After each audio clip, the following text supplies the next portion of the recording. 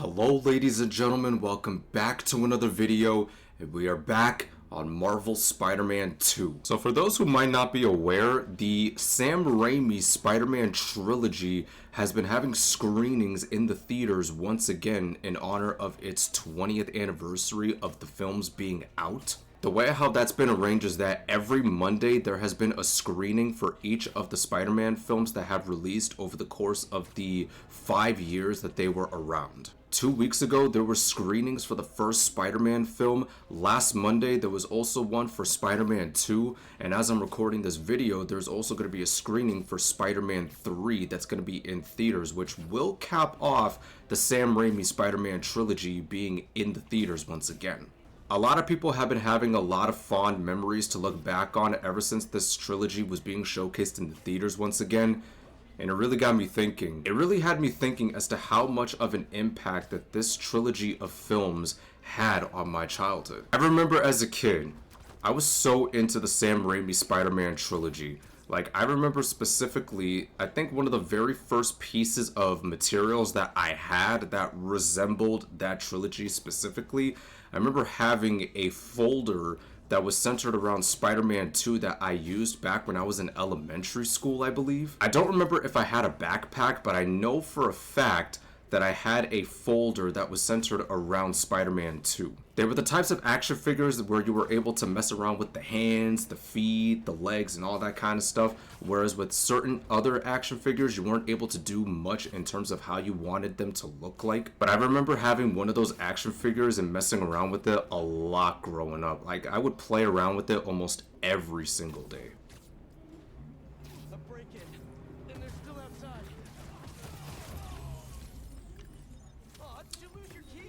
Swift and easy. Seeing the stuff that I saw in those films growing up, like, it made me want to try and attempt it in real life. Like, I tried climbing up the walls of the apartment building that I used to live in the same way that Spider-Man would climb up the walls, knowing full well that that was not going to happen. Like, that's how much I was into Spider-Man as a kid. Hold on, I think there's a tweet that I saw earlier. I'm gonna see if I can find it. The 2000 Spider-Man era. In this section, it shows the toys section that was mainly themed around Spider-Man 3. If you look closely at the middle of the racks on the shelves, you'll notice that there's like 2 different variants of the web shooters in a package.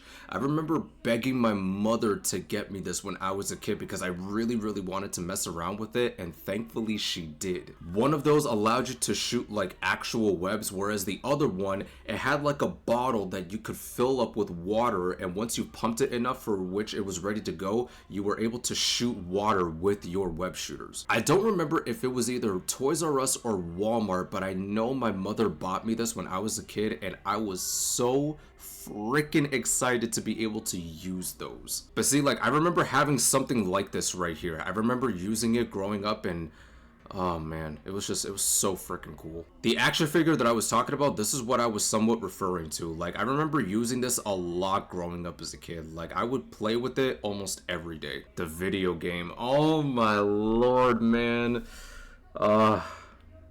Dude, I remember playing the video games so much as well. More specifically, Spider-Man 2. I was playing Spider-Man 2 so goddamn much in comparison to the first and third game. As a matter of fact, I think I have them in my closet. Hold up. But these were the 3 Spider-Man games that I had growing up. But this was the complete Sam Raimi trilogy of the Spider-Man games. I remember playing the second one specifically so much more than the first and the third one. All of these games were fun to play in their own right, but for me personally, I had a lot more fun playing Spider-Man 2.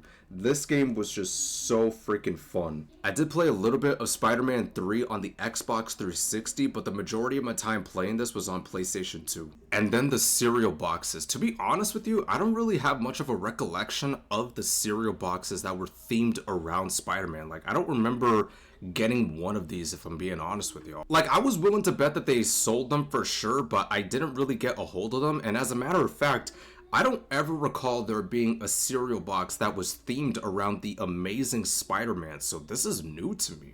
I even retweeted it by saying I had the web shooters, the t-shirts, action figures, and the video games. Hell, I even had a Spider-Man themed lamp in my room, and even my room had a bunch of decor centered around the superhero. I remember the specific Spider-Man t-shirt that I wore around the time that I was in the 3rd grade. Basically, it had Spider-Man's face on it, with half of it resembling the black suit, and then the other half just resembling the red and blue suit, and then behind the face, it had the Spider logo that was on the black suit as well.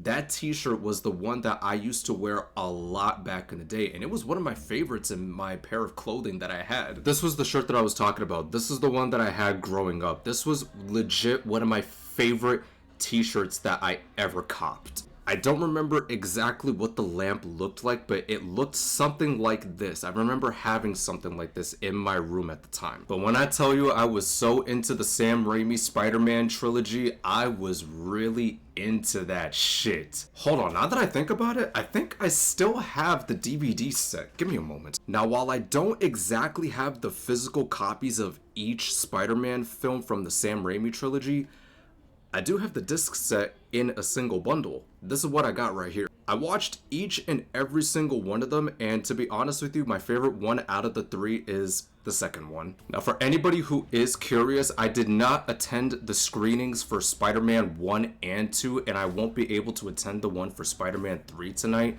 Unfortunately, I'm still not in a position where I'm able to afford going. I would have loved to have gone because it would have been so cool to be able to experience those movies in the theaters for the first time ever, but unfortunately, I'm just not able to do so.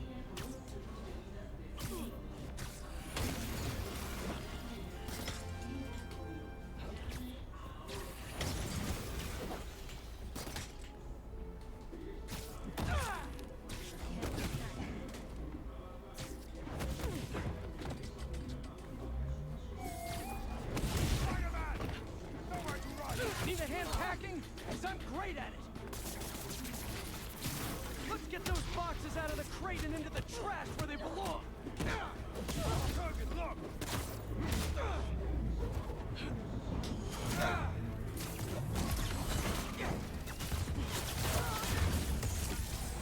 Nice clown car! Does the horn make a funny noise too? Bring him down!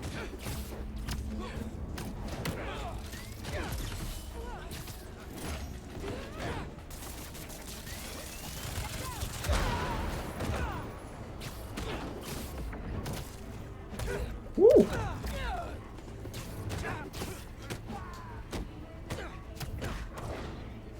Oh, you guys just snuck right up, huh? That's super cool!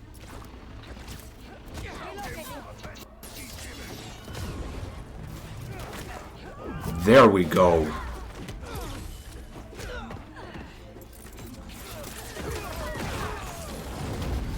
Where'd those symbiotes come from?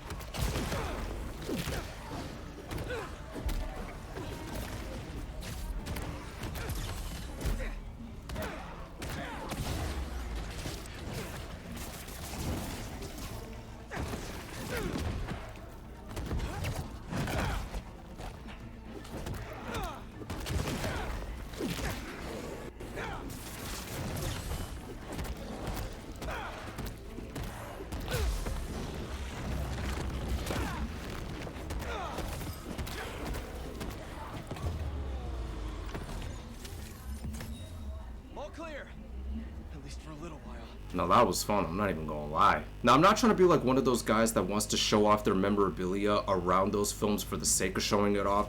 I'm basically just trying to illustrate just how big of an impact that this trifecta, this trilogy of movies had on my childhood. Now, while I don't watch these films as often as I used to, at the same time, I still watch them from time to time just to remind myself of how fun, but also how wholesome they are at seeing Tobey's version of Spider-Man grow with each film. I'm a fan just like each and every one of y'all. I really enjoyed watching these films, I enjoyed playing the video games, and I enjoyed messing around with the action figures and toys that I was able to get a hold of back in the day. And if you're somebody who isn't into the Sam Raimi Spider-Man trilogy like I am, and you prefer the Andrew Garfield Spider-Man films, or the ones involving Tom Holland, that's okay, man. Like, that's your preference. For me personally, I just wanted to go into detail as to how much these films, these video games, these toys, anything revolving around Sam Raimi's version of Spider-Man,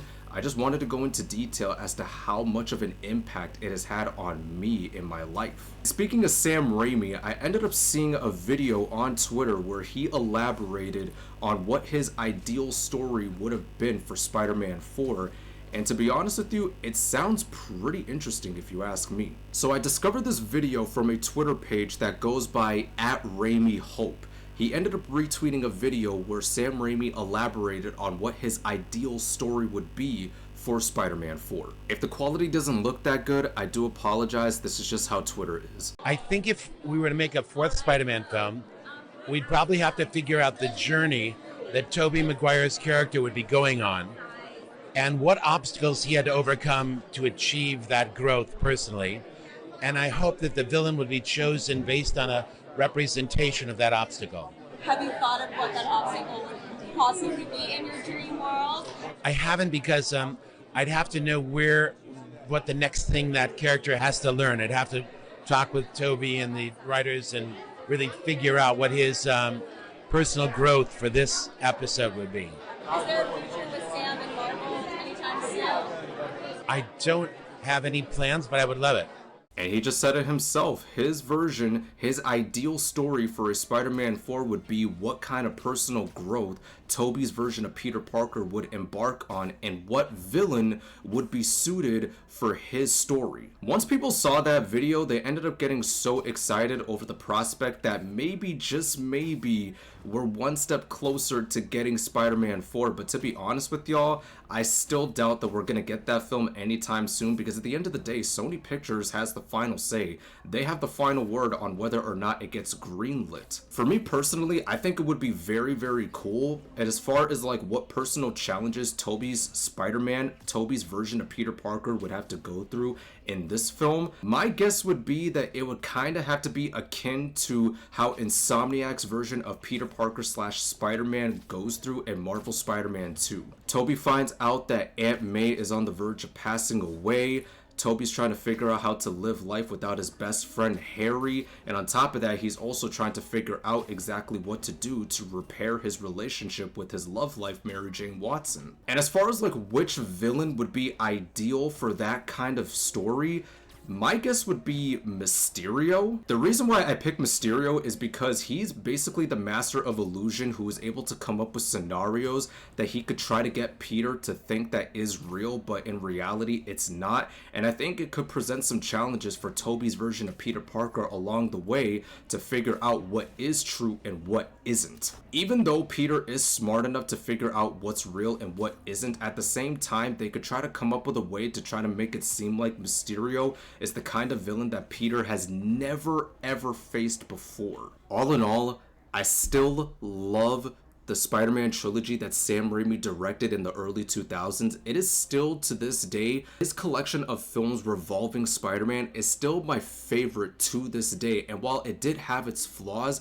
it did what it set out to do, and that was to captivate the audience as to what Tobey's version of Peter and Spider-Man would grow into being. Everything that Sony Pictures has done to try to sell us onto this trilogy of movies, whether it be t-shirts, video games, toys, hell, even cereal boxes, everything that they have done, it just worked. It just worked so well, and it's something that a lot of people still look back on to this day as fans of this version of Spider-Man. As much as I would love to be able to watch Spider-Man 3 for the first time ever in the theaters, unfortunately, I'm just not in a position where I'm able to afford doing so. But I still have the movies on DVD, just like I have the video games as well, so I guess it's better than nothing. But I want to know from you guys, are you one of the individuals who was able to attend the screenings for the Sam Raimi Spider-Man trilogy in theaters? And if so, what was the experience like for y'all? Did you enjoy it as much as you did when you saw it back in the day?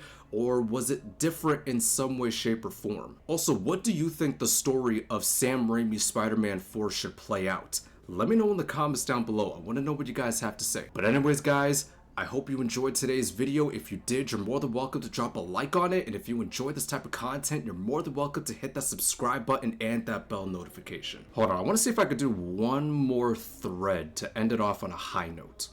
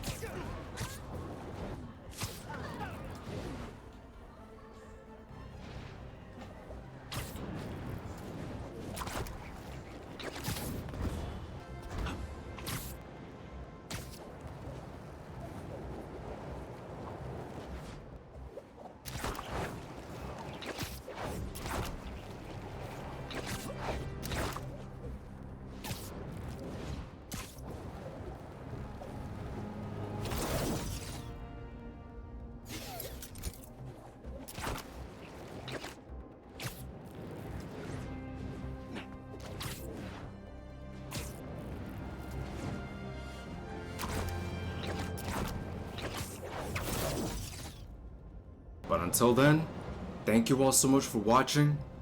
It's been your boy Discreet, and I'll catch you in the next video.